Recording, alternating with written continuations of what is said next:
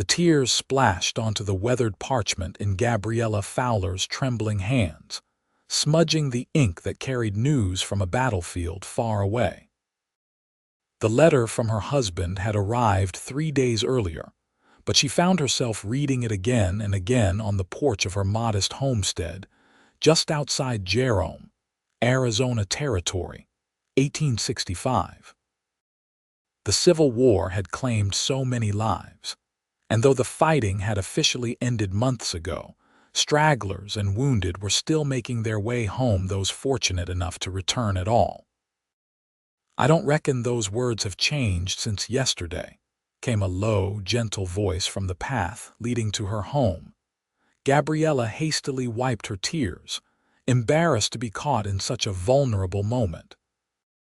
The tall figure of Vincent Everett stood before her, his broad shoulders silhouetted against the setting sun. The local rancher had been nothing but kind to her since she'd arrived in Jerome the previous year, a war widow seeking a fresh start in the expanding Western territories. "Mr. Everett," she acknowledged, carefully folding the letter and tucking it into her apron pocket. "I didn't hear you approach." Vincent removed his hat, revealing sun-bleached hair that had once been a rich brown. His face, weathered by years under the harsh Arizona sun, softened as he gazed at her. "I brought you some of that beef I promised," he said, gesturing to a wrapped package tied to his saddle. "Slaughtered a steer yesterday." "That's very kind of you," Gabriella replied, rising from her chair. At 26, she carried herself with a quiet dignity that belied the hardships she had endured. "Won't you come in for some coffee? It's the least I can offer." Vincent hesitated, then nodded. "Much obliged, Mrs. Fowler."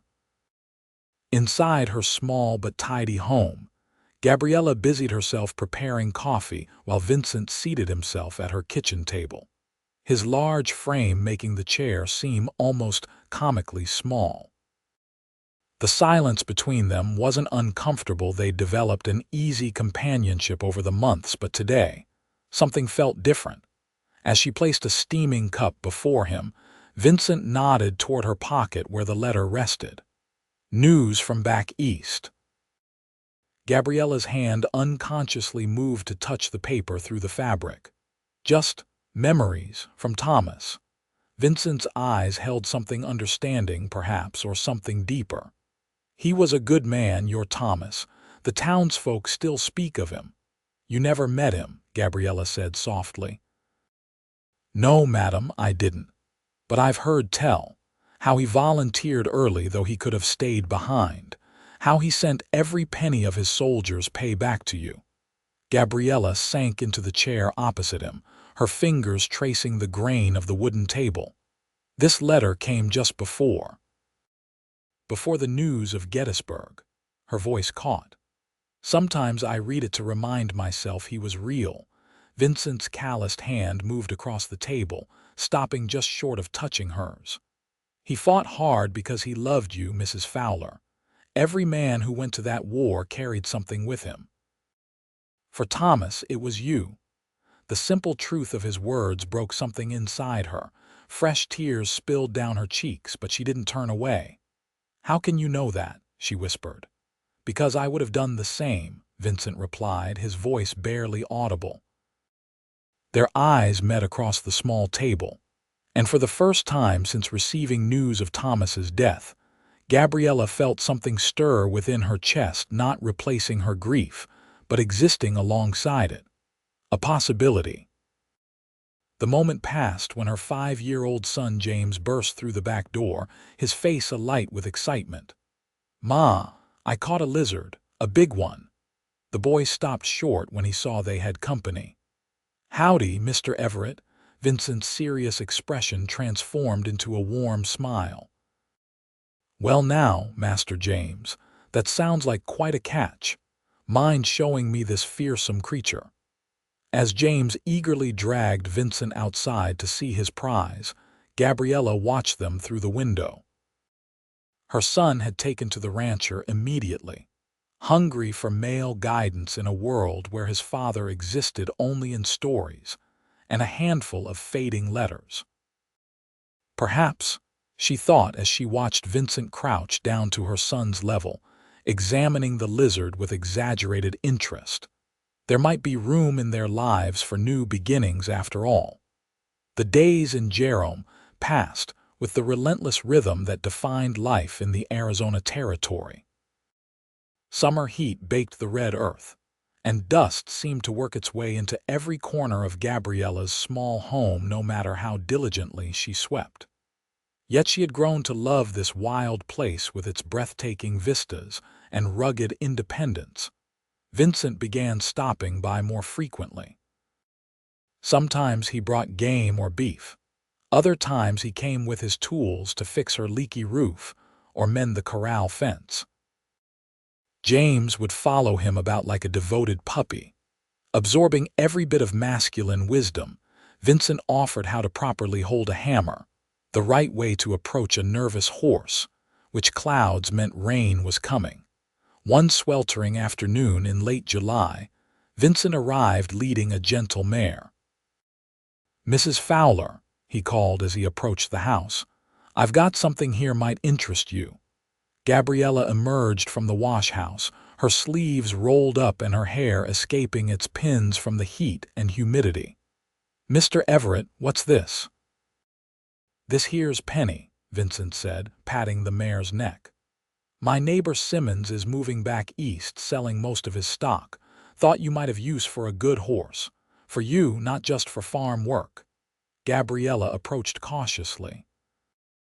The mare was a beautiful sorrel with intelligent eyes and a white blaze down her face. "She's lovely, but I couldn't possibly already bought her," Vincent interrupted gently. "Consider it an investment in your farm. Hard to run a place without decent transportation." "I don't know how to thank you," she said, tentatively stroking the mare's velvet nose. "You could start by calling me Vincent instead of Mr. Everett," he suggested, the corners of his eyes crinkling. "After a year of friendship, seems we could manage that much familiarity." A blush rose to Gabriella's cheeks. "Then you must call me Gabriella instead of Mrs. Fowler." "Gabriella," he repeated, as if testing how it felt on his tongue. "It suits you better than Mrs. Fowler, if you don't mind my saying so." Before she could respond, James came tearing around the corner of the house, skidding to a halt at the sight of the horse. "Is that for us, Ma? Really for us? Mr. Vincent has brought us a mare," Gabriella explained. "Her name is Penny." James's eyes widened with delight. "Can I ride her?" "Please."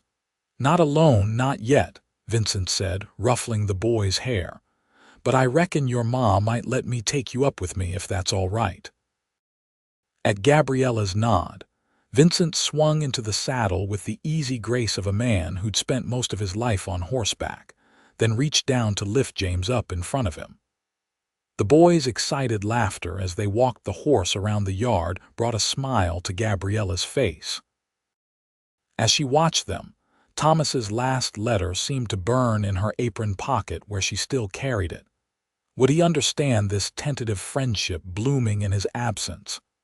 Would he want her and James to live in perpetual mourning, or would he wish for their happiness? Later that evening, after James was tucked into bed and Vincent had departed with a promise to return the following Sunday for dinner, Gabriella sat alone on her porch with Thomas's letter unfolded on her lap. The paper had grown thin from handling, the creases threatening to tear. She knew every word by heart. "My dearest Gabriella, the fighting has been fierce these past weeks. I won't burden you with the horrors I've witnessed, except to say that I now understand the true meaning of hell on earth. But even in this darkness, I think of you and our James, and I find strength to continue. The boys in my company call me the lucky one, to have such a fine woman waiting at home. I keep your picture close to my heart. Quite literally, it rests in my breast pocket alongside James's drawing of our family. Sometimes I fear the memories of your face grow dim, but then I take out your picture and you're with me again. We are moving north tomorrow." There are rumors of a major confrontation brewing near a town called Gettysburg in Pennsylvania.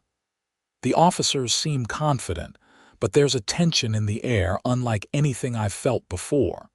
Know that whatever happens, I fight for you and James. Every letter you send gives me courage. Every night, I dream of returning to you, of holding you in my arms again. If fate is cruel and I do not return, remember that I lived and died loving you more than life itself. Find happiness again, my beloved. You deserve nothing less. Forever yours, Thomas. The final paragraph caught in her throat as it always did.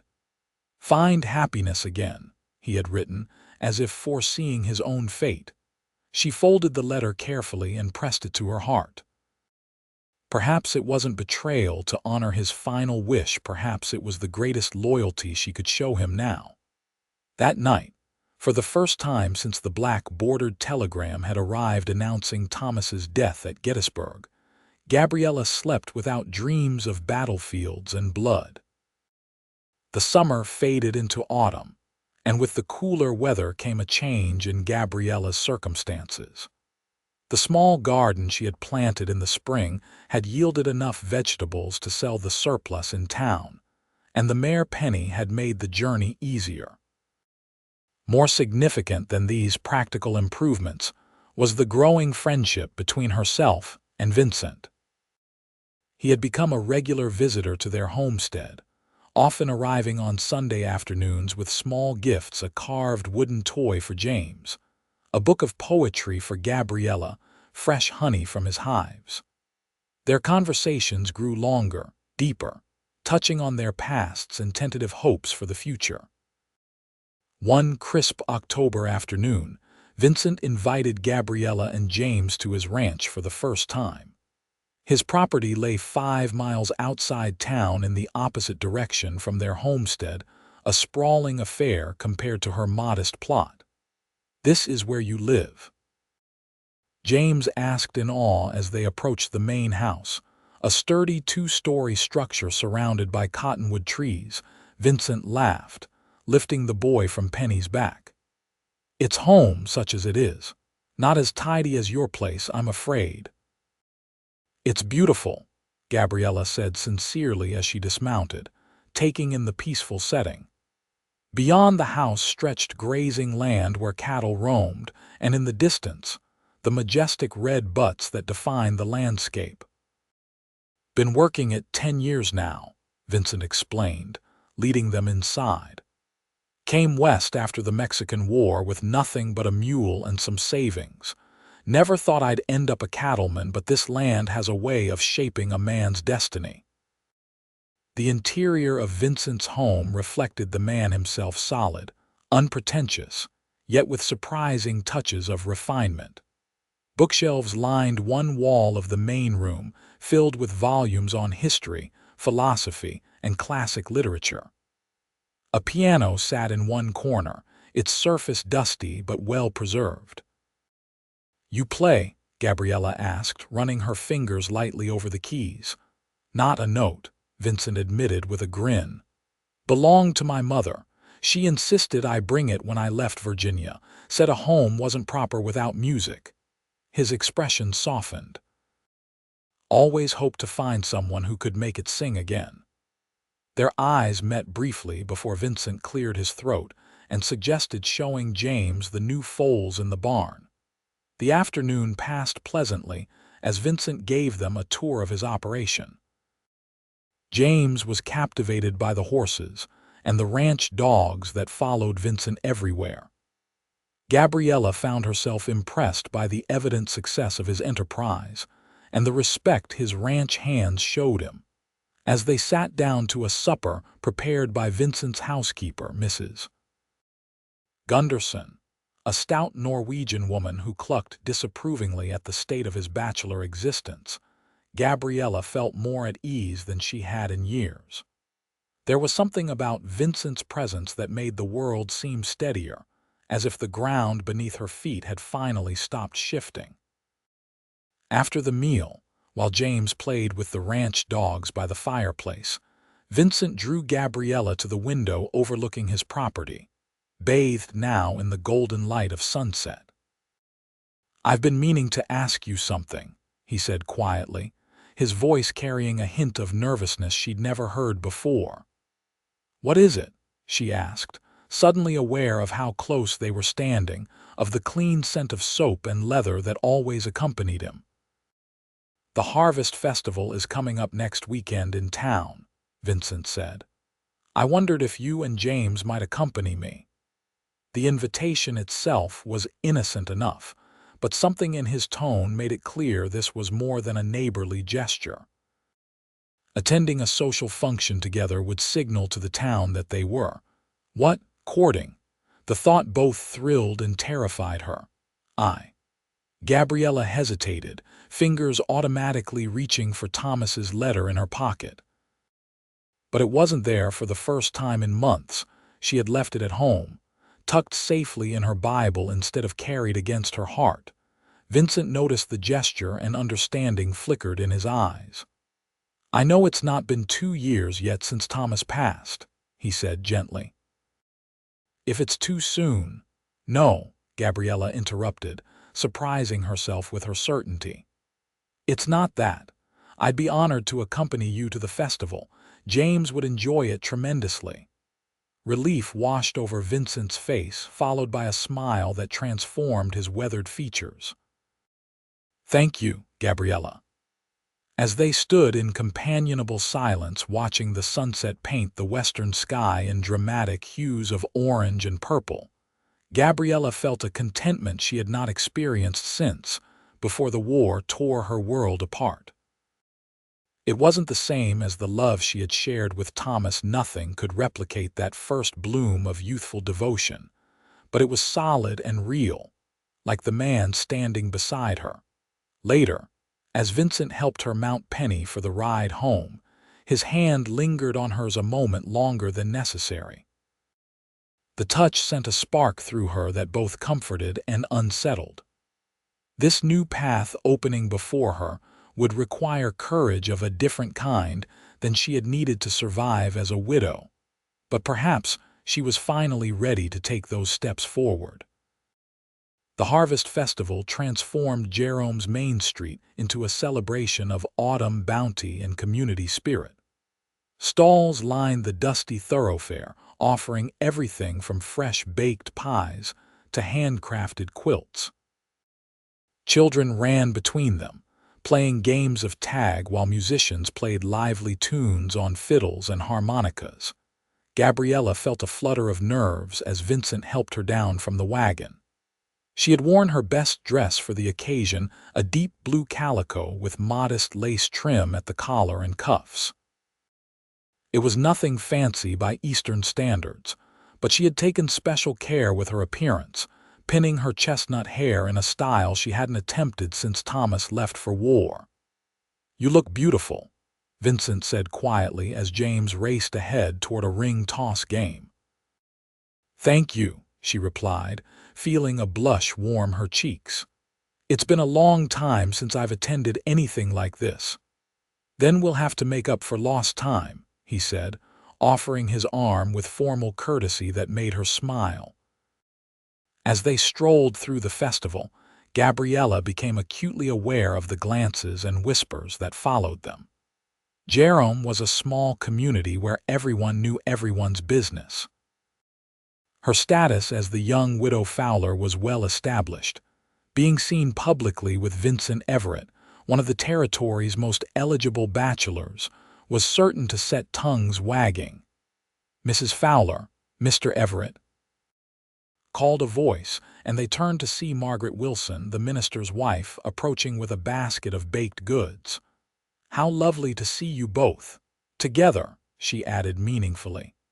"Mrs. Wilson," Vincent greeted her with a tip of his hat. "Fine day for a festival." "Indeed it is," the older woman agreed, her eyes darting between them speculatively. "Gabriella, dear, you must try my apple butter. I've just put up 40 jars for winter." Before long they were surrounded by townsfolk, all seemingly eager to engage them in conversation. Gabriella noticed the women in particular eyeing Vincent with new interest, as if his attentions to the widow suddenly made him more intriguing. "I believe half the town has found reason to speak with us in the past hour," Vincent murmured, as they finally extracted themselves from Mrs. Peterson's detailed description of her rheumatism. Gabriella laughed. "Did you expect anything less? You're quite the catch, Mr. Everett, according to local opinion." "Is that so?" He raised an eyebrow, amusement playing at the corners of his mouth. "And what's your opinion on the matter?" The directness of his question caught her off guard. Before she could formulate a response, James came running up, his face sticky with candy. "Ma, Vincent, they're going to start the shooting contest soon. Can we watch, please?" Relieved by the interruption, Gabriella allowed herself to be led to the edge of town where targets had been set up for the marksmanship competition. A crowd had already gathered to watch the territory's best shots compete for a silver belt buckle and local bragging rights. "You should enter, Vincent," James urged, looking up at the rancher with undisguised admiration. "I bet you could win." Vincent ruffled the boy's hair. "Not this year, partner. I'm content to watch." As the competition began, Gabriella found herself studying Vincent's profile. At 42, he was 16 years her senior, but he carried the years well. Life in the West had toughened him physically, but there remained a gentleness in his manner that set him apart from many frontier men. She had learned over the months of their friendship that he had fought in the Mexican War as a young man, then tried his hand at various trades before finding his calling as a rancher. Unlike many who came west, he treated the local Native Americans with respect and had even learned some of their language to facilitate trade. "Penny for your thoughts?" Vincent asked, catching her stare. "I was just thinking how glad I am that we came today," she replied honestly. The day continued with a communal feast at long tables set up in the street. Gabriella found herself seated beside Vincent, with James on her other side. The conversation flowed easily among neighbors discussing the recent rains, the railroad's slow progress toward their territory, and the latest news from the East about Reconstruction. As twilight approached, lanterns were lit and the musicians returned, this time playing slower melodies suitable for dancing. Couples began to fill the cleared space in front of the mercantile, swaying to the music. "Would you honor me with a dance, Gabriella?" Vincent asked, standing and extending his hand. She hesitated only briefly. "What about James? I'll watch him," offered Harriet Simmons, a young mother whose children were playing with James. "Go on, enjoy yourself." With a grateful nod, Gabriella placed her hand in Vincent's and allowed him to lead her to the makeshift dance floor. It had been years since she had danced, not since before Thomas left, and she felt momentarily awkward as Vincent's hand settled respectfully at her waist. "I may be a bit rusty," she confessed as they began to move to the waltz. "You're doing fine," he assured her, his hand warm and steady against her back. As they moved together under the stars with lantern light casting golden pools around them, Gabriella felt a weight lifting from her shoulders, the burden of grief she had carried for so long gradually giving way to something lighter, something hopeful. "Thank you," she said softly, "for the dance." Vincent asked, "For reminding me that life goes on," she clarified. "After Thomas died, I couldn't imagine ever feeling anything again. I was just existing." Vincent's grip tightened slightly. "I understand that feeling all too well. You've lost someone too?" she asked, realizing how little she knew of his past before Jerome. A shadow crossed his face. "My wife, Sarah, and our daughter, Elizabeth. Cholera back in 48. Elizabeth was only 4. Gabriella's heart constricted at this revelation. "I had no idea. I'm so sorry, Vincent." "It was a long time ago," he said quietly. "But you never forget them. You just learn to carry them differently as time passes." The simple truth of his words resonated deeply.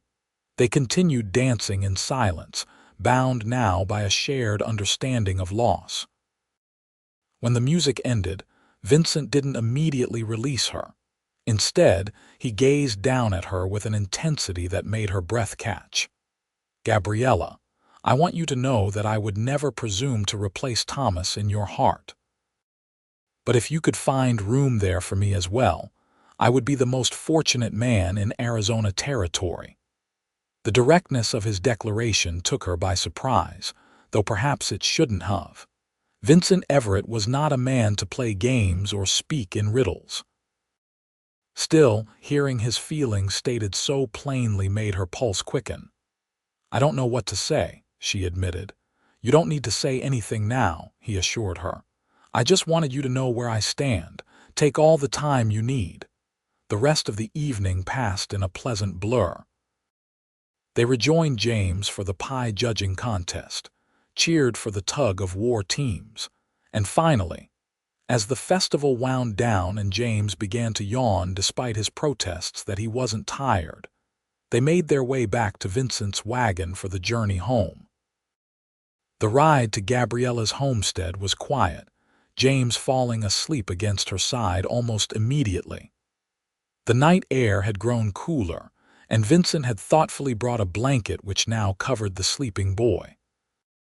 When they arrived, Vincent carried James inside and gently placed him on his bed while Gabriella removed his shoes. The domesticity of the moment wasn't lost on either of them how natural it felt to work together in caring for the child. Outside on the porch, illuminated only by the silver light of a three-quarter moon, Vincent took Gabriella's hand. "I meant what I said earlier," he told her. "There's no rush. You take whatever time you need to decide if I could be part of your future." Gabriella looked up at him, this good man who had slowly but surely worked his way into her daily thoughts. "Thomas's last letter," she said suddenly. "He told me to find happiness again if he didn't return." Vincent nodded solemnly. "He must have loved you very much to want that for you, even in his absence." "He did," she acknowledged, "and I loved him. A part of me always will." "As it should be," Vincent said. Impulsively, Gabriella rose on tiptoe and pressed a gentle kiss to his cheek. "Good night, Vincent." "Thank you for today." His eyes, warm even in the moonlight, held hers. "It was my pleasure, Gabriella. I'll call on you Sunday if that's agreeable." "Very agreeable," she confirmed with a small smile. As she watched him drive away, Gabriella felt as though she stood at a crossroads. Behind her lay the past precious, painful but unchangeable. Before her stretched a future that, for the first time in 2 years, held promise beyond mere survival. That night, she dreamed not of battlefields but of dancing under the stars, and woke with a sense of peace that had eluded her since the war began. Winter came early to Jerome that year. By mid-November, a dusting of snow covered the higher elevations, and mornings dawned with a sharp chill that lingered until midday. Gabriella found herself grateful for Vincent's foresight in helping her prepare for the cold months, the woodpile stacked neatly behind her cabin, the roof patched against leaks, the small root cellar filled with preserves and potatoes. Their relationship had evolved gradually since the harvest festival. Vincent called regularly, sometimes bringing small gifts, other times simply offering his company and assistance with the heavier work around her homestead. He was unfailingly respectful of her space and independence, never presuming or pushing for more than she was ready to give. James had taken to calling him Uncle Vincent, a compromise Gabriella had suggested when the boy asked if he could call the rancher Pa. The question had caught her off guard, illuminating how deeply Vincent had integrated into their lives and how much her son yearned for a father figure. On a particularly blustery December afternoon, Gabriella was kneading dough for bread when a knock came at her door. She opened it to find Vincent standing there, snow dusting his hat and shoulders, his cheeks ruddy from the cold. "This is a surprise," she said, wiping flour from her hands onto her apron. "I wasn't expecting you until Sunday." "I know, and I apologize for arriving unannounced," he replied, removing his hat as he stepped inside. "But I've had some news I wanted to share with you." Something in his tone made her heart skip. "Is everything all right?" "More than all right," he assured her. "I've received word that my sister Virginia is coming west. Her husband passed last spring, and she's decided to make a fresh start." "Oh, Vincent, I'm sorry about her husband, but how wonderful that she's coming to visit," Gabriella said sincerely. "Not just to visit," he clarified, his eyes bright with excitement. "She's coming to stay. She's bringing her 2 children. My niece Sarah is 15 now, and nephew Daniel is 12. Gabriella smiled at his obvious pleasure. "You must be thrilled. When do they arrive?" "That's just it," Vincent said, running a hand through his hair in a gesture she had come to recognize as indicating nervousness. "They'll be here in 3 weeks, just before Christmas. I've been getting the house ready, but there's so much to do, and I realized I know next to nothing about making a home suitable for a woman and children." Understanding dawned on Gabriella. "And you'd like some help, if it wouldn't be an imposition," he confirmed. "You've created such a warm home here for you and James. I want Virginia and the children to feel welcome, not like they're stepping into a bachelor's barracks." The request touched her. "Of course I'll help. We can start tomorrow if you'd like." Relief washed over his features. "Thank you. I was hoping you'd say that." He hesitated, then added, "There's something else." "Yes. I was wondering if you and James would consider spending Christmas Day with us. It would mean a great deal to have you there when Virginia and the children experience their first Christmas in Arizona." The invitation carried weight beyond a simple holiday gathering. Meeting Vincent's family, being included in such an intimate celebration, these were significant steps. "We would be honored," she said without hesitation. Vincent's smile warmed the room more effectively than her cook stove. "Wonderful, truly wonderful." He glanced at the window where the snow was falling more heavily. "I should get back before this turns into a proper storm, but I'll come for you and James tomorrow morning if that suits." "We'll be ready," she promised. After he departed, Gabriella returned to her bread-making with a lighter heart. The prospect of helping Vincent prepare for his family's arrival gave her an unexpected sense of purpose. And if she was being honest with herself, she was curious about this sister who had raised him after their parents died. What would Virginia think of her brother's friendship with a widow and her young son? The next several weeks passed in a flurry of activity. Gabriella and James accompanied Vincent to his ranch nearly every day, transforming the bachelor homestead into a place suitable for a family. Fresh curtains were hung, bedrooms prepared for the children, and the long-neglected piano was tuned by a traveling musician passing through Jerome. Vincent watched with evident admiration as Gabriella directed the efforts, her natural talent for homemaking bringing warmth to rooms that had served mainly as places to sleep and eat. James took his role in the preparation seriously, helping Vincent build shelves for Virginia's books and a small desk for his cousin Sarah. As Christmas approached, the transformation was remarkable. Pine boughs festooned the mantelpiece, their fresh scent filling the house. A tree stood in the corner of the main room, decorated with paper stars and strings of dried berries that Gabriella and James had made. The piano gleamed with polish, and a quilt Gabriella had finished the previous winter lay folded over the back of Virginia's designated chair. "I hardly recognize the place," Vincent marveled 3 days before Christmas, standing in the center of the main room. "You've worked magic, Gabriella." She blushed at the compliment. "Hardly magic, just a woman's touch and some elbow grease." Nevertheless, I'm deeply grateful." He moved closer, taking her hands in his. They were alone. James had gone with Mrs. Gunderson to collect eggs from the henhouse. "For everything." The tenderness in his voice made her breath catch. Over these weeks of working side by side, their connection had deepened without words. Simple moments passing tools, sharing meals, laughing at James's antics had built a foundation of comfortable intimacy, unlike anything she had experienced before. "Vincent," she began, uncertain what she wanted to say but feeling the need to speak. He waited, his thumbs gently stroking the backs of her hands. "These past weeks have been special to me," she finally managed. "Being here, helping you prepare for your family, it's felt right somehow." A smile spread slowly across his face. "It's felt right to me too." "More than right, it's felt like this is how things should be." He paused, seeming to consider his next words carefully. "Gabriella, I know we agreed to take things slowly, and I respect that completely. But I want you to know that my feelings for you have only grown stronger with time."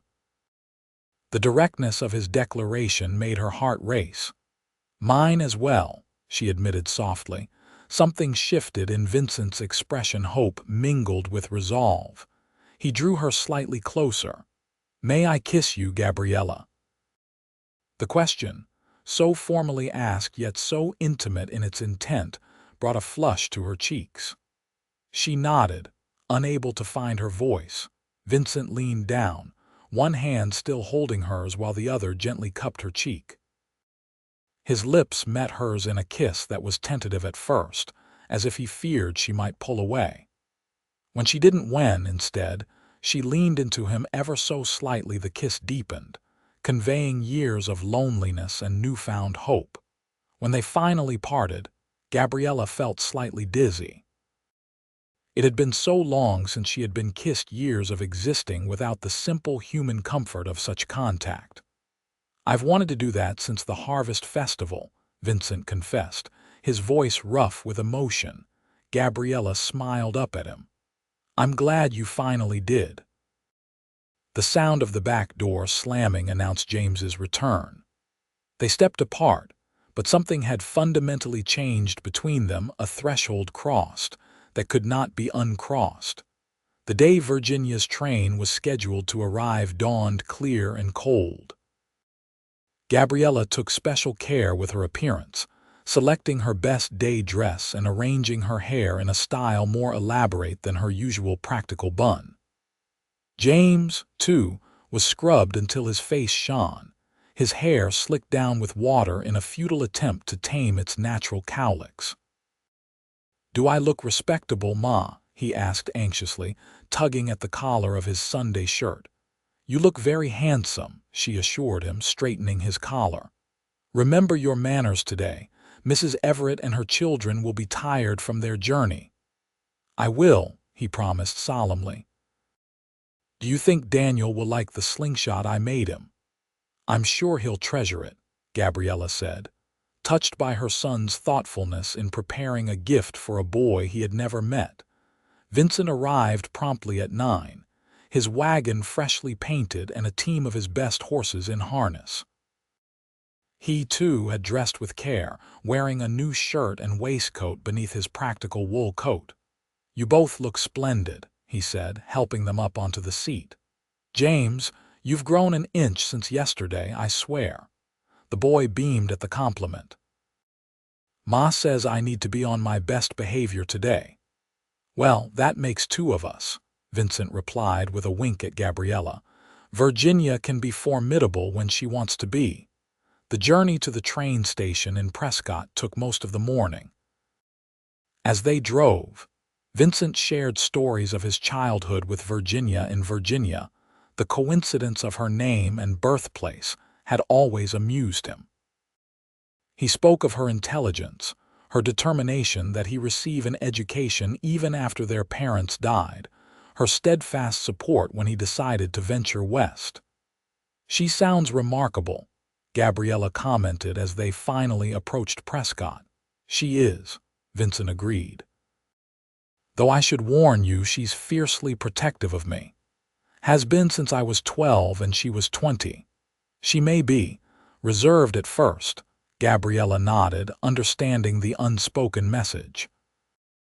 Virginia would naturally be cautious about any woman in her brother's life, particularly one with a complicated past. The train from California arrived in a cloud of steam and noise. Vincent helped Gabriella and James down from the wagon, then scanned the platform anxiously. When the passengers began to disembark, he straightened, his face breaking into a wide smile. "There they are," he said, waving to catch their attention. Gabriella watched as a tall, dignified woman in a dark traveling suit stepped down from the train, followed by a teenage girl whose resemblance to Vincent was striking, and a lanky boy who seemed to be taking in everything at once with wide eyes. Vincent strode forward to embrace his sister, lifting her slightly off her feet in his enthusiasm. Virginia laughed a warm, rich sound that immediately endeared her to Gabriella and patted his cheek affectionately when he set her down. Introductions were made on the platform amid the bustle of arriving passengers and freight being unloaded. Virginia Everett Powell had the same kind eyes as her brother, though her hair had gone silver earlier than his. She assessed Gabriella with frank curiosity, but her greeting was gracious. The children, Sarah with her aunt's reserve, and Daniel with his uncle's openness, were polite, if somewhat overwhelmed by their new surroundings. James, initially shy, perked up when Daniel expressed immediate interest in the vastness of the Arizona landscape compared to their former home in St. Louis.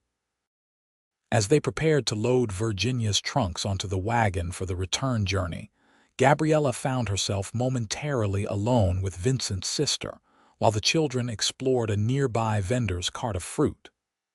"My brother speaks very highly of you in his letters, Mrs. Fowler," Virginia said without preamble. "He's been a wonderful friend to James and me," Gabriella replied carefully. "I don't know how we would have managed this past year without his kindness." Virginia's expression softened slightly. "Vincent has always had a generous heart, sometimes too generous for his own good." She paused, studying Gabriella's face. "He tells me you lost your husband at Gettysburg." "Yes," Gabriella confirmed, her hand automatically moving toward her pocket before she remembered that Thomas's letter was at home in her Bible. "Thomas was with the Union Army, as was my late husband, Edward," Virginia said, surprising Gabriella with this common ground. "He survived the war only to succumb to pneumonia this past spring." "I'm so sorry for your loss," Gabriella said sincerely. Something in her tone must have resonated with Virginia, for the older woman's demeanor shifted subtly. "I can see why Vincent is drawn to you," she said after a moment. "There's a strength about you that reminds me of myself at your age." A small smile crossed her face. "Though you're considerably more diplomatic than I ever managed to be." Before Gabriella could respond to this unexpected assessment, Vincent returned with the children, and the conversation turned to practical matters of loading trunks and arranging seating for the journey back to Jerome. The ride home was filled with the children's excited questions about their new home and James's eager descriptions of the ranch. Gabriella, seated beside Virginia while Vincent drove, found herself gradually warming to the older woman's direct manner and dry humor. By the time they reached the ranch, twilight was falling. The house glowed with welcome, lanterns lit in every window as Mrs. Gunderson had promised to arrange. When they entered, a fire crackled in the hearth, and the scent of roasting chicken filled the air. "Oh, Vincent," Virginia breathed, turning slowly to take in the transformed home. "It's lovely." "You can thank Gabriella for that," Vincent said, his pride evident. "She's worked tirelessly to make it comfortable for you all." Virginia turned to Gabriella with new respect in her eyes. "Then I owe you my gratitude, Mrs. Fowler. This is far more than I expected." "Please call me Gabriella," she offered. "And it was my pleasure. Vincent has done so much for James and me. This was the least I could do in return." As they settled in for the evening meal, Gabriella observed the easy affection between brother and sister, the natural way Vincent engaged with his niece and nephew, the effort James made to include Daniel in conversation. She felt a sense of rightness in this gathering, as if pieces long scattered were finally coming together. Later, as Virginia retired with the children to settle them into their new rooms, Vincent drew Gabriella aside. "Thank you for today," he said softly. "For everything." "Your family is wonderful," she told him honestly. "I'm so glad we were here to welcome them." He took her hand, his expression serious. "Seeing you here with Virginia and the children, it's made me realize something I think I've known for months." "What's that?" she asked, though something in her heart already knew the answer. "That I want to build a life with you, Gabriella. You and James." He squeezed her hand gently. "Not right away, I know you need time, and there's James to consider, and now Virginia and the children settling in. But someday, when you're ready, I want to ask you properly." The simple declaration, spoken without artifice or elaborate promises, touched her deeply. This was Vincent's way, straightforward, honest, rooted in reality rather than romantic flights of fancy. And she found she preferred it to flowery words that might have sounded pretty but held less substance. "When that day comes," she replied carefully, "I think you'll find me receptive to the question." The joy that lit his face warmed her more than the blazing fire. He bent to kiss her forehead, a gesture of tenderness and promise. "Merry Christmas, Gabriella," he murmured. "Merry Christmas, Vincent," she replied, allowing herself to lean against him briefly, drawing strength from his solid presence. As they rejoined the others, Gabriella felt Thomas's absence not as a sharp pain, but as a gentle memory. He would always be part of her, part of James, but Vincent was their future, as bright and promising as the star that would top their Christmas tree. Christmas Day arrived with a light dusting of snow that transformed Jerome into something from a fairy tale. Gabriella and James made the journey to Vincent's ranch in high spirits, bringing with them a basket of freshly baked bread and a jar of Gabriella's prized blackberry preserves. The day passed in a whirl of festivity. The children exchanged gifts. James's handmade slingshot was indeed a hit with Daniel, who promptly taught the younger boy a game involving pine cones and targets. Sarah, initially reserved, warmed to Gabriella after discovering they shared a love of literature. Virginia and Vincent reminisced about Christmases long past, their laughter filling the house with warmth. As evening approached and the children's excitement began to wane, they gathered around the piano. To everyone's surprise, Sarah revealed herself to be an accomplished pianist, having taken lessons for years in St. Louis. "Play something for Christmas, Sarah," Virginia encouraged. The girl hesitated only briefly before launching into Silent Night. As the familiar melody filled the room, Vincent moved to stand beside Gabriella, his arm slipping naturally around her waist. She leaned into him, feeling a contentment that had seemed impossible just a year earlier. James, drowsy from a day of play and treats, curled up on the rug near the fire. Daniel sat nearby, whittling a piece of wood with a small knife Vincent had given him as a Christmas gift. Virginia watched the scene with evident satisfaction, her earlier reservations about Gabriella seemingly set aside. When the music ended, Vincent cleared his throat. "I have one more gift to share," he announced. All eyes turned to him as he moved to retrieve a small package from behind the tree. To Gabriella's surprise, he handed it not to her but to James. "For me?" the boy asked, sitting up straight. "For you," Vincent confirmed with a nod. James carefully unwrapped the paper to reveal a small wooden box. Inside, nestled on a bed of cotton, lay a silver pocket watch. "It was my father's," Vincent explained as James lifted it reverently. "And his father's before him. I've kept it all these years, waiting for the right moment to pass it on." The significance of the gift wasn't lost on anyone in the room. Virginia's eyes widened slightly, but she remained silent, watching the scene unfold. "It's beautiful," James whispered, turning it over in his small hands. "But why me?" Vincent knelt beside the boy. "Because someday, God willing, I hope to be your father in every way that matters. Not to replace the brave man who gave you life, but to help guide you as you grow." James looked from the watch to Vincent's face, understanding dawning in his young features. "You want to marry Ma?" A smile spread across Vincent's face. "Very much so when she's ready." All eyes turned to Gabriella, who found herself momentarily speechless. This wasn't how she had imagined a proposal might come, not in front of family, not directed first to her son, but somehow it was perfect in its simplicity and honesty. "What do you think, James?" she asked softly. "Would you be happy if Vincent became part of our family?" The boy nodded emphatically. "More than anything. Can he, Ma? Can he?" Gabriella looked at Vincent, still kneeling beside her son, his expression a mixture of hope and vulnerability she had never seen before. "I think," she said carefully, "that this is a conversation Vincent and I should have privately. But," she added, seeing James's face fall, "I can tell you that the idea makes me very happy too." Relief washed over Vincent's features. He squeezed James's shoulder gently, then rose. "Fair enough. There's no rush." But the mood had shifted, an unspoken understanding now hanging in the air between them all.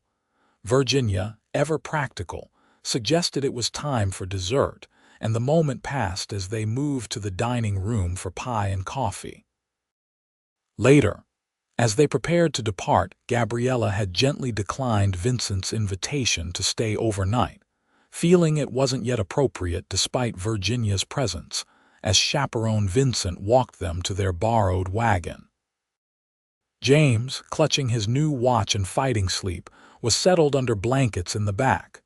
Gabriella turned to Vincent in the moonlight, snow crunching beneath their boots. "You surprised me today," she said softly. "I hope pleasantly," he replied, taking her gloved hands in his. "Very pleasantly." She paused, gathering her thoughts. "But you should know I don't need more time, Vincent. I've known my heart for months now." His breath caught. "Gabriella, I love you," she said simply. "I wasn't looking for love again. I thought that part of my life was over. But you've shown me that the heart has more capacity than I knew." Vincent drew her close, his arms encircling her. "I love you too," he whispered against her hair. "More than I can properly express." They stood together in the quiet night, the stars brilliant overhead in the clear mountain air. Everything felt possible in that moment: healing, happiness, a future built together brick by careful brick. "Will you marry me, Gabriella?" Vincent asked, drawing back to look into her eyes. "Be my wife. Let me be a father to James, build a life together right here." "Yes," she answered without hesitation. "Yes to all of it." Their kiss, sealed in the moonlight with snow falling gently around them, felt like a promise not just to each other, but to those they had loved and lost, that joy could follow sorrow, that new beginnings could honor endings, that love in all its forms endured. Spring came to Jerome in a riot of wildflowers and new growth, the harsh winter giving way to gentle breezes and longer days. For Gabriella, the changing season brought wedding preparations and the bittersweet task of closing one chapter to begin another. The small homestead where she had lived as Thomas's widow would soon be sold. She and James would move to the ranch after the wedding, joining Vincent's expanding household. Virginia and her children had settled in remarkably well, transforming the bachelor rancher's life with their presence. Sarah had begun teaching at the local school 3 days a week, showing an aptitude that surprised no one who knew her. Daniel had taken to ranch life with enthusiasm, following Vincent and the hands as they worked the cattle.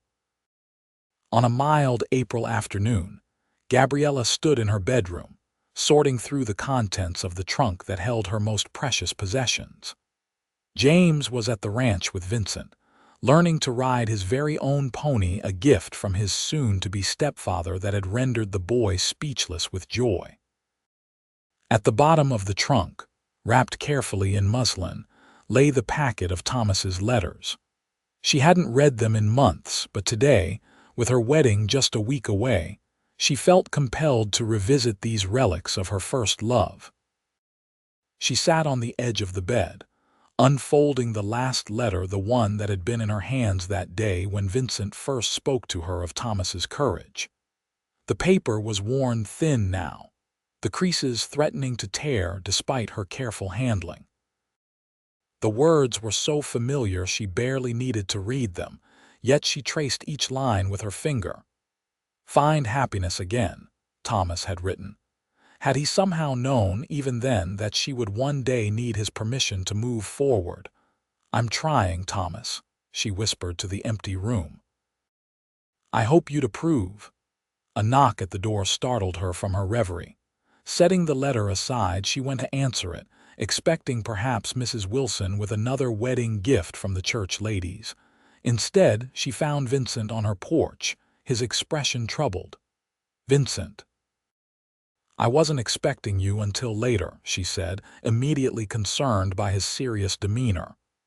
"Is James all right?" "He's fine," Vincent assured her quickly. "He's with Virginia and the children, but something's happened, and I needed to see you right away." Gabriella's heart raced with sudden fear. "What is it? Come in, please." Once inside, Vincent removed his hat, turning it nervously in his hands. "A man arrived in town today," he began.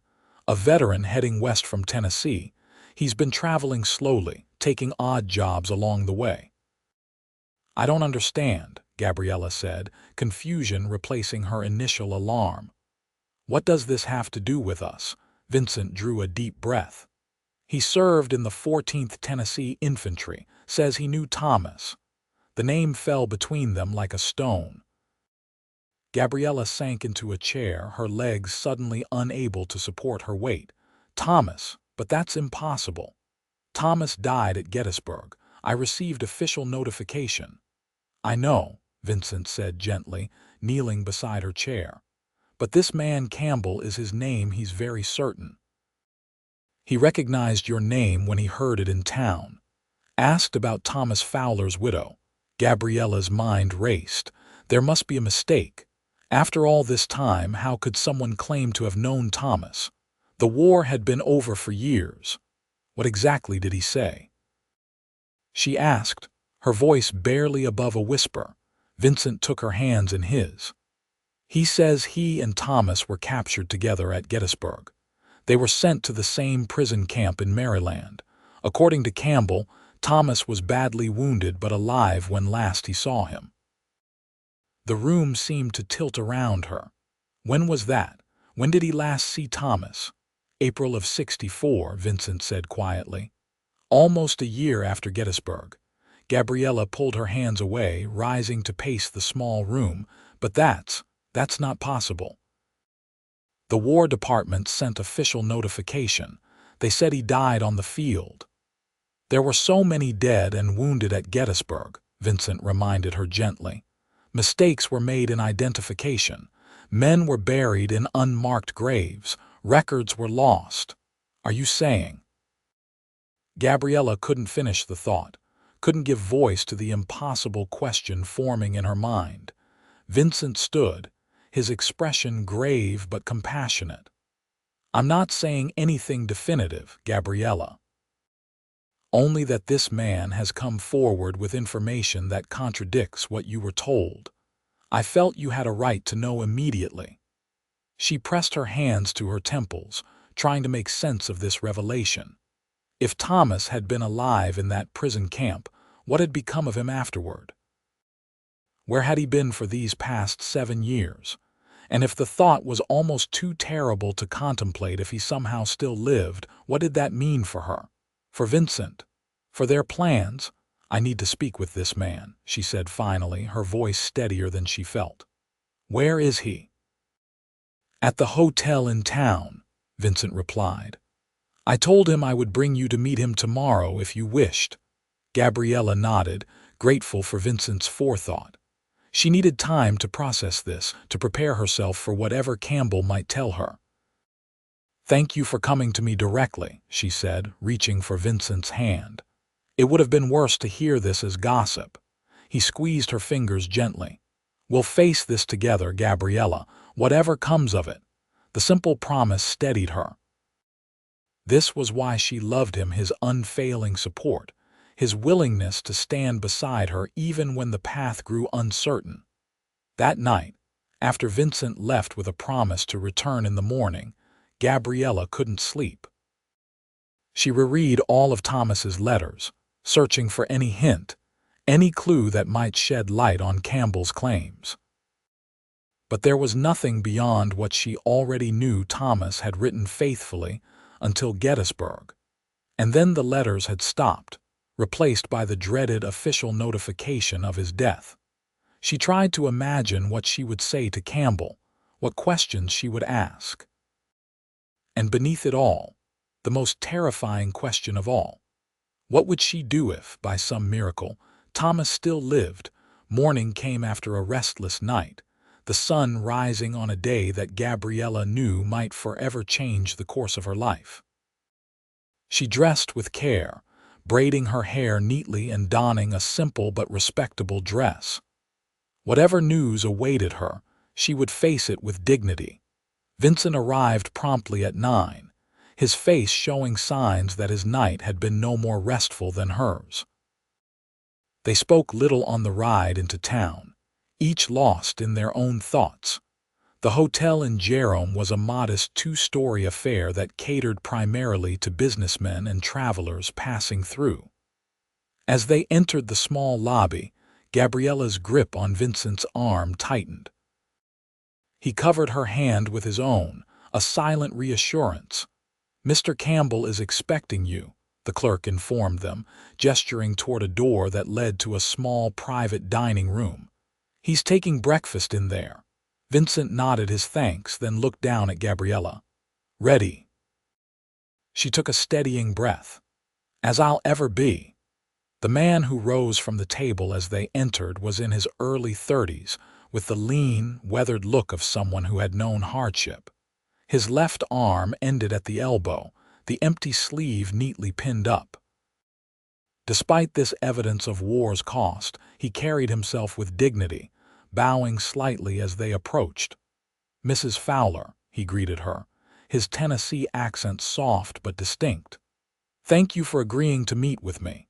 And Mr. Everett, I appreciate your assistance in arranging this conversation." "Mr. Campbell," Gabriella acknowledged, studying his face for any sign of deception. She found none, only a certain sadness in his eyes that spoke of experiences better forgotten. "I understand you claim to have known my husband during the war." "Yes, madam," Campbell confirmed, gesturing for them to be seated. "Thomas Fowler and I served together in the 14th Tennessee. We weren't close friends before Gettysburg. He kept to himself mostly, always writing letters to you and showing us your picture. But after we were captured, we ended up in the same section of the prison camp." Gabriella's heart pounded in her chest. "You're certain it was my Thomas?" "Thomas James Fowler from Nashville," Campbell nodded. "Yes, madam. He spoke of you often, Gabriella, and your son, James. Said the boy wasn't yet 3 when he left for war. He'd be, 8 or 9 now?" "8," Gabriella whispered, the confirmation that this man had indeed known her husband sending a chill through her. "He's 8. Vincent placed a supportive hand on her back as Campbell continued. "Thomas was badly wounded when we were captured, shot in the leg and side. The Union doctors did what they could, But conditions in the camp weren't good. Infection set in. By the time I was transferred to another camp in April of '64, he was very weak, but alive. Gabriella pressed, hardly daring to breathe. Campbell's expression grew troubled. Yes, madam, he was alive when I left, but I need to be honest with you, he wasn't doing well. The doctor didn't think he'd last much longer without proper medical care, which was in short supply. A strange mix of hope and despair washed over Gabriella. Thomas had survived Gettysburg, had lived for months afterward, but in pain and captivity, far from home. You know what happened to him after you were transferred? Vincent asked, his voice gentle but firm.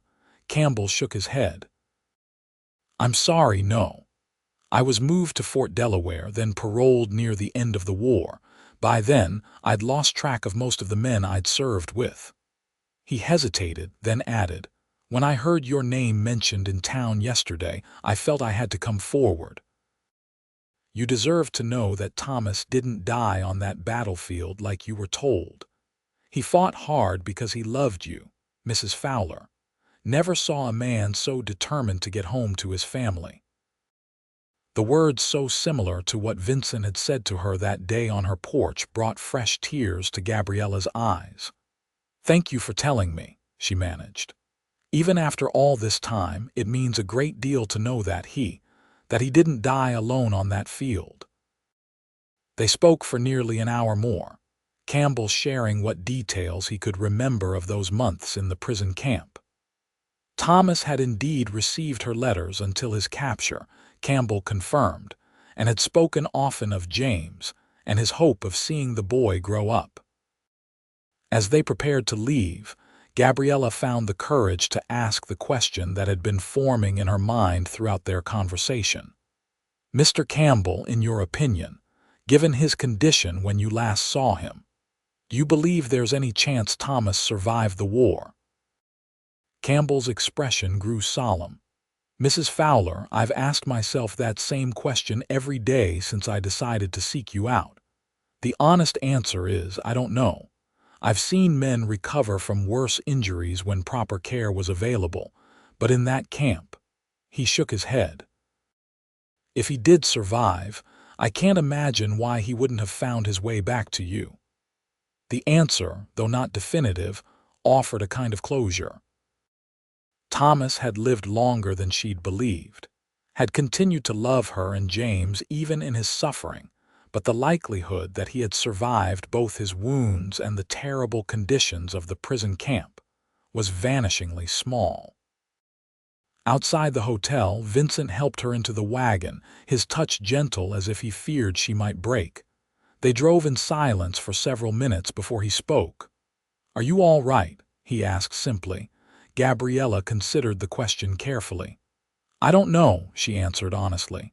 It's a lot to process. To learn that Thomas lived months longer than I thought, that he was suffering while I was here believing him already at peace. It breaks my heart all over again. Vincent nodded, his eyes on the road ahead. I understand. And our wedding, do you need time? We could postpone if you know, Gabriella interrupted, her voice suddenly firm. No, Vincent. What I learned today doesn't change what's in my heart now. Thomas would want me to move forward, to build a life with someone who loves James and me as you do. Relief washed over Vincent's features. Are you sure? In answer, Gabriella reached for his hand, twining her fingers with his. I'm sure. Thomas will always be a part of me, a part of James.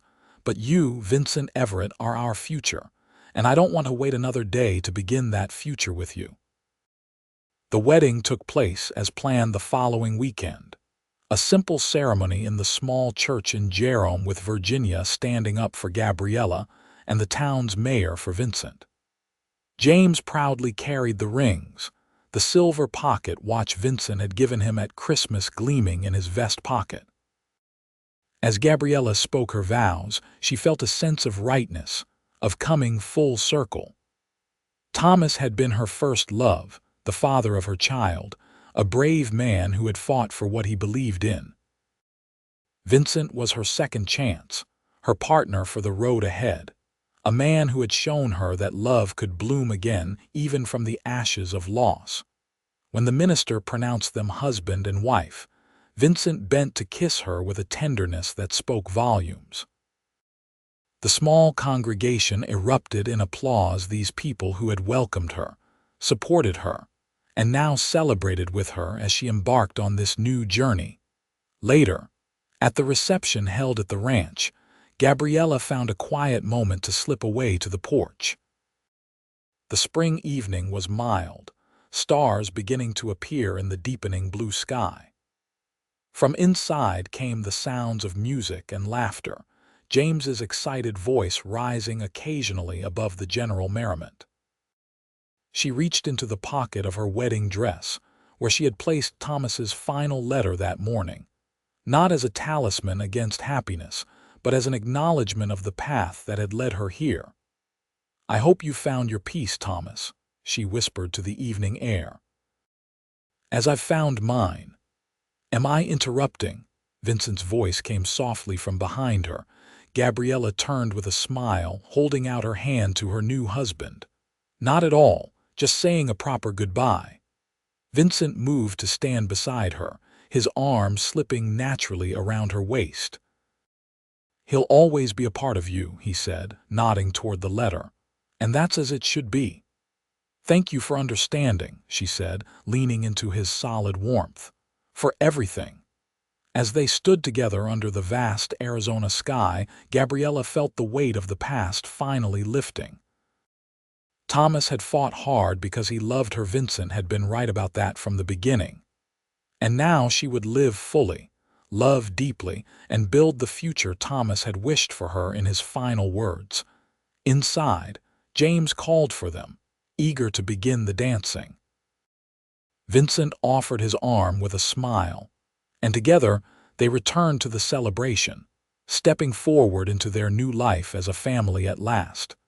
10 years passed, bringing with them changes both expected and surprising. The ranch flourished under Vincent's careful management, expanding to become one of the most successful operations in the territory. Gabriella's garden grew into a small but profitable business supplying fresh produce to the miners and townspeople of Jerome. James, now 18, had grown into a thoughtful young man who combined his father's quiet strength with Vincent's practical nature. 3 more children had joined the family: twin girls, Elizabeth and Sarah, born a year after their marriage, and a son, Thomas Vincent, who arrived 2 years later. Virginia had eventually moved into her own home in town, though she remained a constant presence in their lives. Her daughter Sarah had married the local doctor's son, while Daniel had followed in his uncle's footsteps, working alongside Vincent with plans to someday manage his own ranch. On a warm September evening in 1878, the family gathered on the wide porch that had been added to the house during one of several expansions over the years. The twins, now 9, were engaged in a game of checkers while 7-year-old Thomas whittled a stick under James's guidance. Gabriella sat in her favorite rocking chair, a half-finished quilt in her lap, watching Vincent return from checking the livestock. "Everything secure for the night?" she asked as he climbed the steps, pausing to ruffle Thomas's hair. "All locked up tight," he confirmed, settling into the chair beside hers. At 52, Vincent's hair had gone mostly gray, and the lines around his eyes had deepened, but he remained as strong and vital as the day they'd met. "Might have rain before morning." "The garden could use it," Gabriella remarked, setting her quilting aside.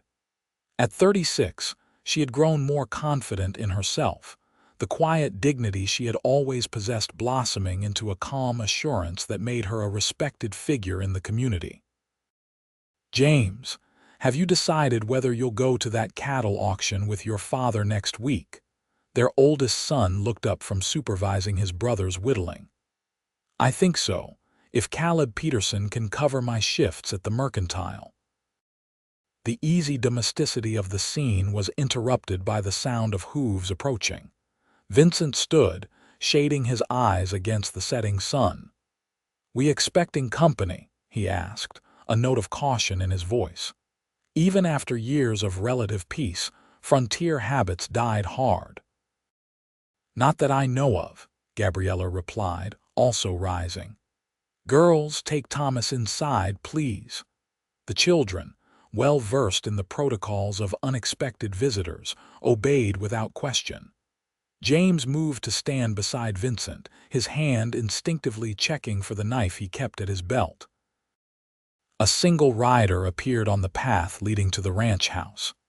As he drew closer, Gabriella could see it was a man of middle years, his clothing trail worn but respectable. There was something vaguely familiar about him, though she couldn't place where she might have seen him before. "Can we help you, stranger?" Vincent called as the man reined his horse to a stop at the foot of the porch steps. "I hope so," the rider replied, removing his hat. "I'm looking for Gabriella Fowler." A chill ran through Gabriella despite the warmth of the evening. No one had called her by that name in a decade. "I was Gabriella Fowler," she said, stepping forward. "I'm Gabriella Everett now." The man's eyes, a startling blue that stirred something in her memory, fixed on her face. "You don't recognize me," he said softly. It wasn't a question. Vincent moved protectively closer to her side. "State your business, mister." The stranger dismounted slowly, his movements suggesting old injuries that had never properly healed. He stood leaning slightly on a walking stick, still looking at Gabriella with those familiar blue eyes. "My name is Robert Campbell," he said. "We met once about 10 years ago in Jerome. I told you about your first husband, Thomas Fowler." Recognition dawned. "Mr. Campbell, yes, of course," Gabriella said, relaxing slightly. "Please come up and sit. You look tired from your journey." As Campbell mounted the steps, Gabriella noted that his left arm was still missing below the elbow, confirming his identity beyond doubt. He seemed older than his years, the hardships of his life etched deeply into his face. "James," Vincent said quietly, "ask Rosa to bring refreshments for our guest." Their son nodded and disappeared into the house, though Gabriella could tell from his expression that he was burning with curiosity. After all, he had been too young to remember the day she and Vincent had met with Campbell, learning the truth about Thomas's fate after Gettysburg. Once they were seated, Campbell placed his hat carefully on his knee. "I apologize for arriving unannounced, Mrs. Everett. I've been traveling for some time, making my way from Tennessee. I settled there after the war." "What brings you back to Arizona?" Vincent asked, his tone polite but wary. Campbell glanced at him briefly before returning his gaze to Gabriella. "Information," he said simply. "Information I thought Mrs. Everett should have." Gabriella's heart quickened. "About Thomas?" Campbell nodded. "Yes, madam. After we spoke 10 years ago, I couldn't shake the feeling that I'd left you with more questions than answers. It didn't seem right. So when I returned to Tennessee, I began making inquiries, writing to the War Department, contacting former prisoners from the camp where Thomas and I were held." James returned with a tray bearing a pitcher of lemonade and glasses, setting it down before slipping into a chair nearby, clearly intending to stay for the conversation. Gabriella didn't object at 18.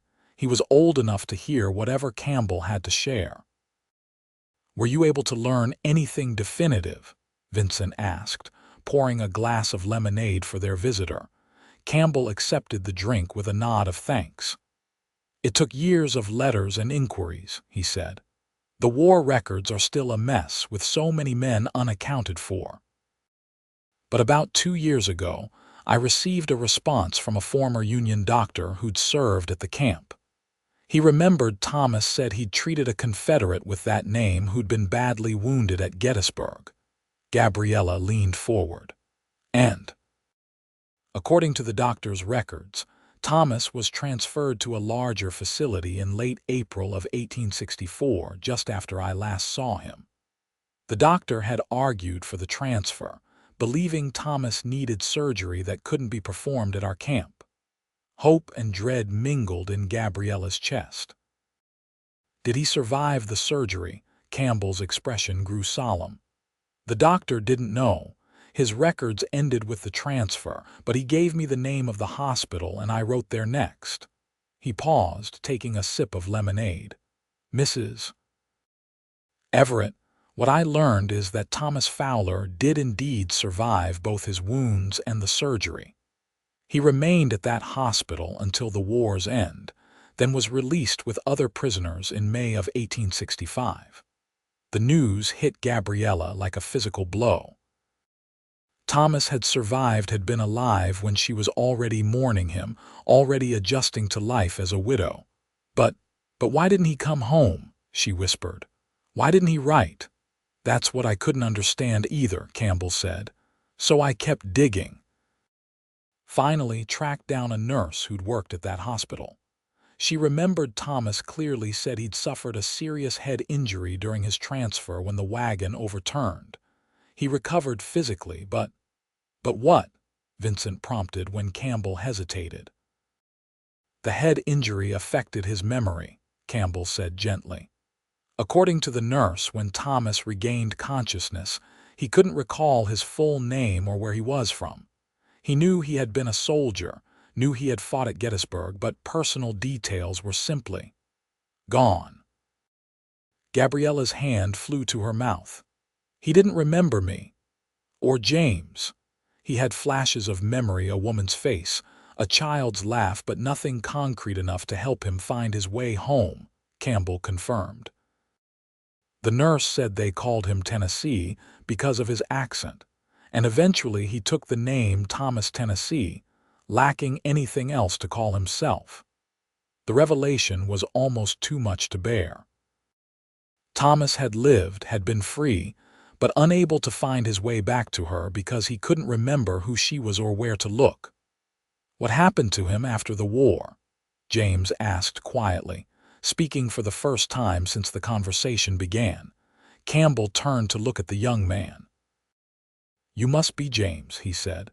You have your father's eyes.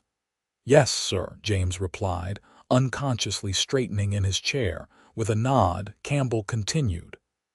After his release, Thomas Tennessee worked odd jobs in Maryland for a time, then eventually made his way back to the South. The nurse had kept track of him for a while, concerned about his condition. Her last letter to me indicated he had settled in a small town in Georgia around 1868, working as a carpenter. Is he? Gabriella couldn't finish the question. Campbell understood nonetheless. I don't know if he's still living, Mrs. Everett. The trail goes cold after 1868, but I felt you deserved to know the truth that Thomas didn't abandon you and James. He simply couldn't find his way back. Tears filled Gabriella's eyes, not of grief, but of a strange relief. For 13 years, a part of her had wondered if perhaps Thomas had survived but chosen not to return. Now she knew he would have come back if he could have. He had loved her until the end, just as his letter had promised. Vincent reached over to take her hand, his grip warm and steady. Thank you for bringing this news, Mr. Campbell, he said. I know it must have been a difficult journey. It seemed the right thing to do, Campbell replied simply. I owed it to Thomas and to you, madam. After Campbell departed, declining their offer to stay the night in favor of returning to the hotel in town, the family gathered in the main room. The younger children, sensing the somber mood, were quieter than usual as they prepared for bed. James sat with his parents near the fire, processing all he had learned about the father he barely remembered. Are you all right? Vincent asked Gabriella when they were finally alone, the children asleep and the house quiet. She considered the question carefully. Yes, she said finally. Sad for what Thomas endured, but grateful to know the truth. He didn't choose to leave us, he simply couldn't find his way back. Vincent nodded, his arm around her shoulders as they sat side by side on the sofa. Does a part of you wish you had known sooner? Before we know, she interrupted firmly. Vincent, the life we've built together, our children, this ranch, these years, I wouldn't trade them for anything. Thomas will always be a part of my past, of James's heritage, but you are my present and my future. He pressed a kiss to her temple. And you are mine, Gabriella Everett, always. That night, as Vincent slept beside her, Gabriella found herself thinking of two men who had loved her, one who had fought bravely and lost himself in the process, and one who had helped her find herself again when she thought all was lost. Both had shaped her life in profound ways. Both had loved her truly. In the morning, she would write a letter to the town in Georgia where Thomas had last been seen. Perhaps someone there would remember Thomas, Tennessee, the carpenter with no past. Perhaps they could tell her if he had found some measure of peace in his new life, even without his memories. But for tonight, she would rest in the certainty that Thomas had loved her until the end, just as he had promised in that last letter. And in the morning, she would continue building the life she and Vincent had created together, honoring the past while embracing their future with open hearts. In the soft light of dawn, Gabriella slipped from bed, careful not to wake Vincent. She made her way to the small writing desk in the corner of their bedroom, her mind clear after a night of reflection. Opening the drawer, she retrieved paper, pen, and ink, then sat to compose a letter to the town clerk of Millwood, Georgia, the place Campbell had mentioned as Thomas's last known location. The words flowed easily as she introduced herself and explained her unusual situation. She made no demands, expressed no expectations, merely asked if anyone remembered a carpenter named Thomas, Tennessee, who had arrived in 1868, and if so, whether they might share any information about his life there. As she sealed the envelope, the door opened quietly, and Vincent entered with a cup of coffee for her. "You're up early," he observed, setting the cup beside her. "I wanted to write while my thoughts were clear," she explained, showing him the addressed letter. "It may lead nowhere, but I feel I owe it to Thomas and to James to try." Vincent nodded his understanding. "I'll take it to town when I go in today," he offered. "The mail coach leaves at noon. Thank you." She rose, taking the coffee gratefully. "Not just for this," she added, gesturing with the cup, "but for your understanding. Many men might find it difficult, their wife seeking information about a previous husband." Vincent's expression was thoughtful as he leaned against the desk. "Thomas is part of who you are, Gabriella. Part of James. Knowing what happened to him doesn't diminish what we've built together, it completes a chapter that was left unfinished." His generosity of spirit was one of the many reasons she had fallen in love with him. "I don't deserve you, Vincent Everett," she said softly. "On the contrary," he replied with a smile, "we deserve each other. Now come have breakfast before the children wake and create their usual morning chaos." Life on the ranch continued with its familiar rhythms: cattle to tend, crops to harvest, children to raise. The letter to Millwood was sent, and Gabriella tried not to think about it too often, though sometimes she found herself wondering if it had reached its destination, if anyone there would remember a quiet carpenter who had appeared as if from nowhere a decade ago. 6 weeks later, a response arrived. Vincent brought it from town, placing it in her hands without comment but with a supportive squeeze of her shoulder. Gabriella waited until she was alone to open it, her heart racing as she broke the seal. The letter was from someone named Eleanor Griffin, who identified herself as the widow of Millwood's former doctor. Her handwriting was neat and educated, her tone kind as she explained that she remembered Thomas, Tennessee. Well, he had built bookcases for her husband's office when he first came to town. He had indeed lived in Millwood from 1868 until 1873, Mrs. Griffin wrote. A quiet, polite man who kept to himself, but was respected for his carpentry skills and willingness to help neighbors. He'd never married, never spoken of family, though he would sometimes mention having dreams of a woman and child whom he couldn't quite see clearly. In the summer of 1873, Thomas had contracted typhoid fever during an outbreak that had claimed several lives in Millwood. Despite Dr. Griffin's best efforts, he had succumbed to the illness after a brief struggle. Mrs. Griffin enclosed a simple sketch she had made of him near the end of his life, thinking Gabriella might wish to have some image of how he had looked.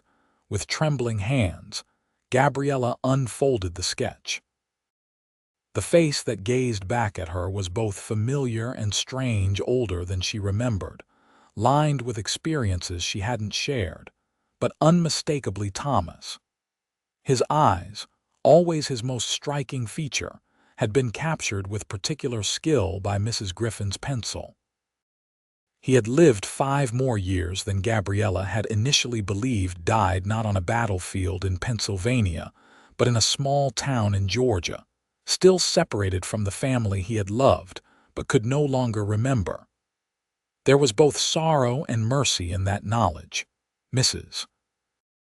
Griffin's letter concluded with a postscript that brought fresh tears to Gabriella's eyes. Thomas had been buried in the Millwood Cemetery, and the townspeople, knowing nothing of his past but respecting the man they had known, had pooled their resources to provide a simple headstone. It read only, Thomas, Tennessee, unknown soldier, at rest at last. That evening, Gabriella shared the letter and sketch with Vincent and James. The 3 of them sat in the study, the younger children already in bed, as they contemplated this final chapter in Thomas's story. "He looks tired," James observed, studying the sketch of the father he couldn't remember. At 18, he now stood taller than Vincent, with the same thoughtful demeanor that Thomas had possessed. "But at peace, I think," Gabriella added softly. Mrs. Griffin says he was respected, had work he enjoyed, a community that valued him. "It's more than many veterans found after the war," Vincent noted. "Cold comfort, perhaps, but something." James traced the outline of his father's face with his finger. "I wish I could remember him clearly," he said. "All I have are fragments, the sound of his laugh, the feel of being lifted onto his shoulders." "You have his letters," Gabriella reminded him. "And now this image. And you have pieces of him in yourself, your eyes, your patience, the way you can sit still for hours when you're focused on something." The young man nodded, a small smile touching his lips. "And I have the stories you've both told me, about how he fought hard because he loved us." Vincent placed a hand on his stepson's shoulder. "Your father was a brave man, James, in war and in what came after, never doubt that." Later that night, as they prepared for bed, Gabriella showed Vincent a simple cedar box she had retrieved from her dresser drawer. "I'd like to send this to Millwood," she said, opening it to reveal a small collection of items, a lock of James's baby hair, a pressed flower from their Nashville garden, a small sketch she had made of their first home. To be buried with Thomas, things he would have valued had he remembered. Vincent's eyes softened with understanding. "I think that's a fine idea," he said, "a way to connect him back to the life he lost." "I'll write to Mrs. Griffin tomorrow," Gabriella decided, closing the box. "Ask if she might arrange for it to be placed at his grave." As she set the box aside and turned down the bed covers, Vincent came to stand behind her, his hands gentle on her shoulders. "Feeling all right?" he asked softly. She leaned back against his solid presence. "Yes," she answered truthfully. "Sad, of course, to know definitively that Thomas is gone. But there's peace and certainty, isn't there? And in knowing he found some measure of contentment even without his memories." "There is," Vincent agreed. "And now?" Gabriella turned to face him. reaching up to touch his beloved face weathered now by years of sun and wind, lined with both laughter and concern, but still as dear to her as it had been that first day on her porch when he spoke of her first husband's courage. "Now we continue living the life we've built," she said simply. "Raising our children, tending our land, loving each other through whatever comes next. Thomas would want that for me, for us. He said as much in his last letter." Vincent gathered her close. "I've always known I had a remarkable wife," he murmured against her hair. "Today only confirms it." In the weeks that followed, Gabriella arranged for the cedar box to be sent to Mrs. Griffin, who wrote back promising to see it properly interred with Thomas's remains. The correspondence brought an unexpected development. Mrs. Griffin's nephew, Michael, was heading west to seek his fortune and would be passing through Arizona territory. Might he call upon them to deliver a package in person rather than trusting it to the unreliable mail service? The package, when Michael Griffin delivered it one October afternoon, contained something Gabriella had never expected to see: a small, leather-bound journal that had belonged to Thomas during his years in Millwood. Mrs. Griffin explained in an accompanying letter that Thomas had begun keeping it at her husband's suggestion, as a way to possibly recover his lost memories. That night, after the household was asleep, Gabriella sat in the study with the journal open before her. The handwriting was unmistakably Thomas's, though somewhat altered, perhaps by his injuries. Most entries were brief observations about his daily life in Millwood, work completed, weather noted, occasional mentions of dreams that left him unsettled upon waking. One entry, dated July 18, 1870, caught her attention particularly. "Had the dream again last night. The woman with chestnut hair and the little boy running ahead of her. They seem so real, yet when I wake, their faces blur. Dr. Griffin says these might be memories, not just dreams. If so, somewhere there might be a woman who once loved me, who perhaps believes me dead. I wonder if she has found happiness. I hope so. The thought brings comfort on days when the emptiness feels too vast." Tears slipped down Gabriella's cheeks as she read the words. Even without his memories, Thomas had wished her well, had hoped for her happiness from across the void that separated them. When Vincent found her there an hour later, the journal open in her lap and tear tracks on her face, he said nothing, simply sat beside her and drew her into his arms, offering the comfort of his presence. "He wanted me to be happy," she whispered against his shoulder. "Even when he couldn't remember who I was." "Of course he did," Vincent replied softly. "He loved you, Gabriella. That kind of love doesn't disappear, even when memories fade." She looked up at him, this man who had helped her rebuild her life, who had loved James as his own, who had given her 3 more beautiful children and years of steadfast partnership. "I've been so fortunate," she said, "to have been truly loved not once but twice in my life." Vincent pressed a kiss to her forehead. "The good fortune has been mine," he told her. "Every day with you is a gift I never expected to receive." As they sat together in the quiet of their home, the journal resting between them like a bridge connecting past and present, Gabriella felt a sense of completion. Thomas's story had finally been told in full, not the ending she would have chosen for him, but one that held its own measure of dignity and peace. Tomorrow, she would share selected passages from the journal with James, another piece of his father's legacy to carry forward. And then, together with Vincent, she would continue writing their own story, one of family and love and the quiet heroism of daily life on the Arizona frontier. Thomas had fought hard because he loved her. Vincent had helped her live fully because he loved her too. And she, Gabriella Fowler Everett, had found the strength to embrace both the sorrow and the joy that life had offered, creating a legacy of love that would endure long after all their stories had ended. As dawn broke over the ranch, bathing the land in golden light, she knew with absolute certainty that both men would be proud.